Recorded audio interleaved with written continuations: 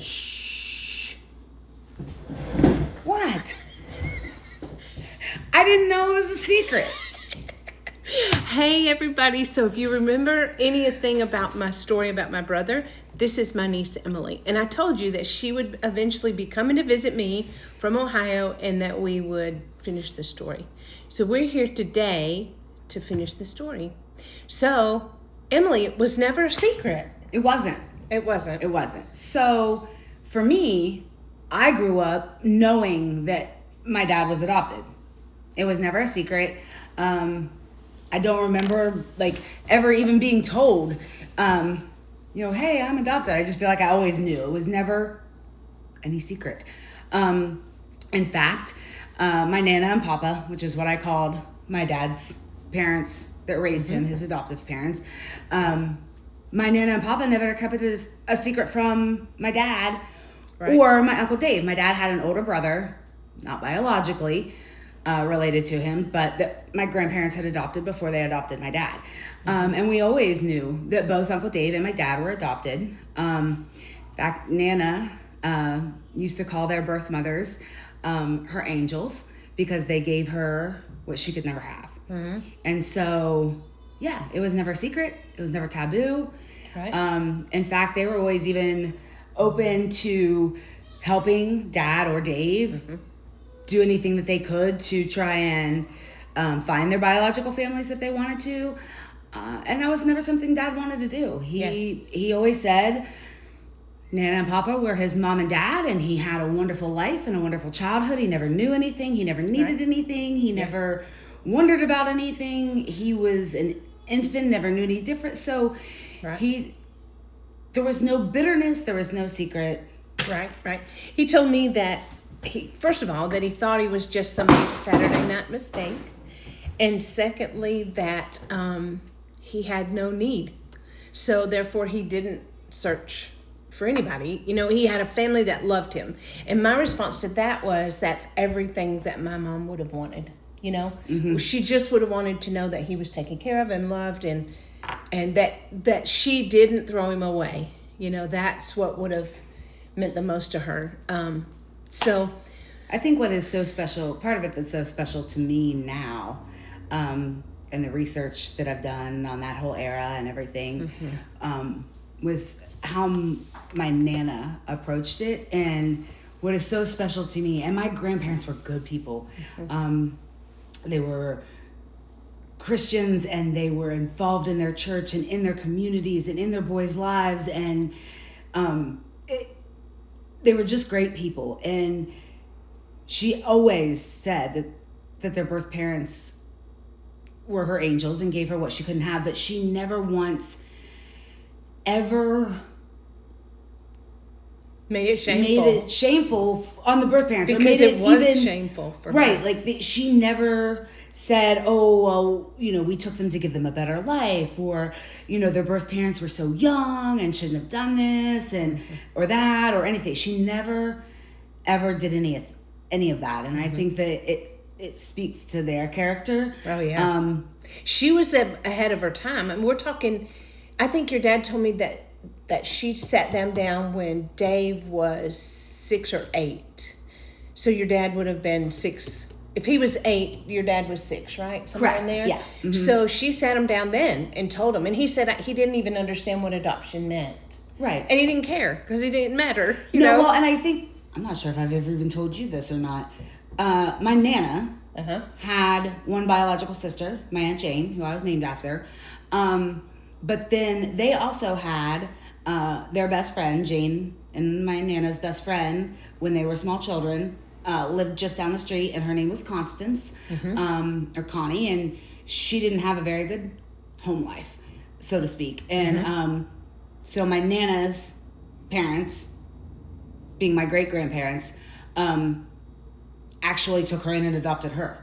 Oh. And raised her. So my Nana grew up with an adopted sibling. Right, yeah.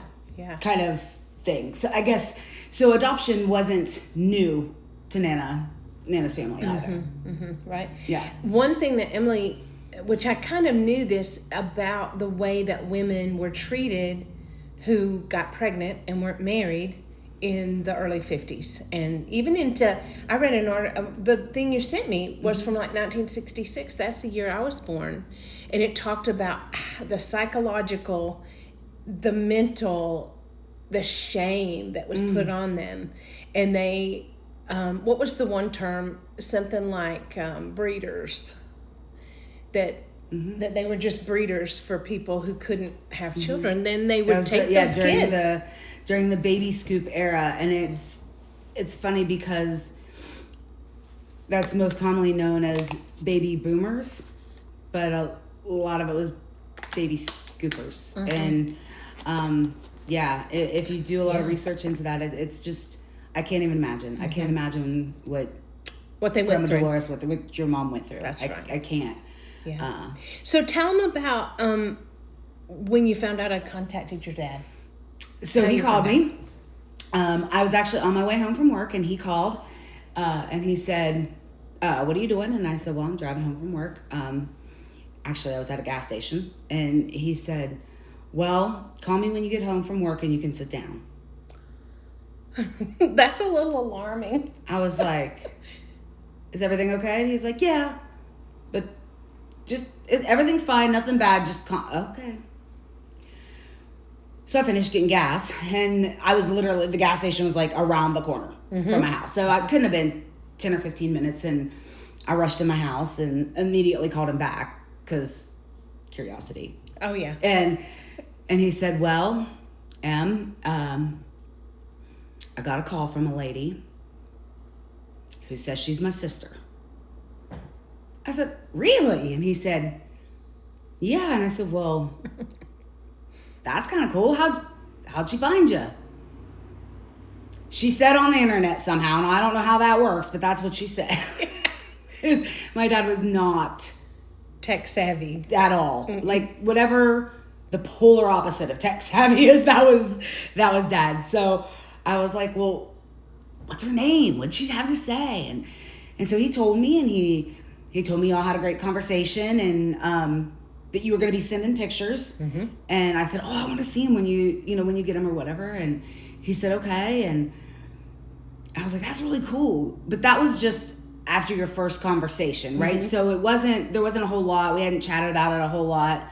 And it was just more of and for context too, I live 2 hours from my dad. So it's not like I could just run over to his house as soon as the pictures got there or whatever. Right, so, it had been a while, and so the next time I was in town, and I really think it was probably around the holidays at some point, and he did. He shared the pictures, right, that you had sent and whatnot. And I said, "Well, have you talked to her anymore, Dad? What, And that's when he said, "Nope, I just told her that I'm not looking to extend my family." Well, what does that mean? He's not like, interested. I just am not interested in having a relationship and extending my family. And I was like, "Oh, okay." And I just kind of left it at that. I think I was taken aback by that reaction because, no kidding. well, me too. And while I'll never, having not been adopted, right? I'll never be in that position. So I can't really say, right, if I were him, I would have done this or whatever. Because I don't know, and I'll never know. But I was like, "Oh, okay." And this was also, we just figured out, this was holidays of 2014. So like probably Thanksgiving-ish time, around when he showed me the pictures, 2014. And I did not have social media at that point in time. Right.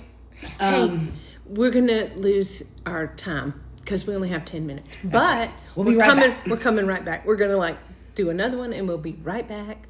And hey, in my collections, look for the Shh, I Have a Secret series in my collections. We'll be right back.